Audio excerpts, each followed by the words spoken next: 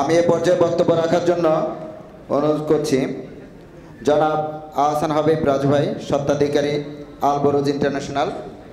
আমরা দীর্ঘদিন যাবৎ লক্ষ্য করছি যে বায়ার নেতৃত্বে যারা আসেন তারা ম্যাক্সিমাম টাইমে সদস্যদের কল্যাণের কথা বিবেচনা না করে নিজের আত্মসেবা নিয়ে ব্যস্ত থাকেন। কিছু কিছু নেতৃবৃন্দ আছেন তারা সদস্যদেরকে অনৈতিক সুবিধা দেওয়ার জন্য নিজেদেরকে কাছে টেনে নিয়ে আসেন। তাই আমরা আজকের এই মহাজোট যারা অংশগ্রহণ করেছেন, আমি বলবো আপনারা এই ধরনের অনৈতিক কর্মকাণ্ড যারা ডাকবে তাদের সাথে হাত মিলাবেন না।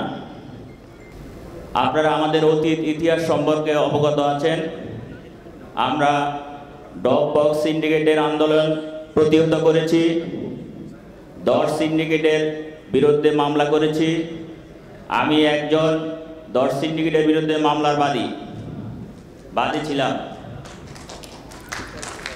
আমরা দীর্ঘদিন থেকে চেষ্টা করে আসছি বায়াকে কিভাবে সিন্ডিকেট মুক্ত করা যায়। তাই আমরা এখন মাঠে নেমেছি মহাজোটের 10টি সংগঠন নিয়ে। আশা করি আপনারা আমাদের সাথে থাকবেন এবং সামনে যে বায়রা নির্বাচন আসতেছে অবশ্যই যেই কোনোভাবে হোক এই সিন্ডিকেটকে প্রতিহত করতে হবে। প্রিয় সদস্যবৃন্দ, আমাদের কিছু নেতৃবৃন্দ আছেন যারা সব সময় আমাদেরকে বলেন, ভাই এবারে আমাদেরকে বিশ্বাস করুন, আমরা কোনো কিছুতেই সিন্ডিকেট করব না। তাই আমি তাদেরকে সবসময় বলে আসি, বিশ্বাস সেদিনই তো নষ্ট হয়ে গেছে যেদিন দেখলাম কয়েলের উপর মশা বসে সোনা বন্ধুর গান গায়। তাই আমরা আর এই সিন্ডিকেটকে কোনো অবস্থাতেই মাথা ছাড়া দিতে চাই না।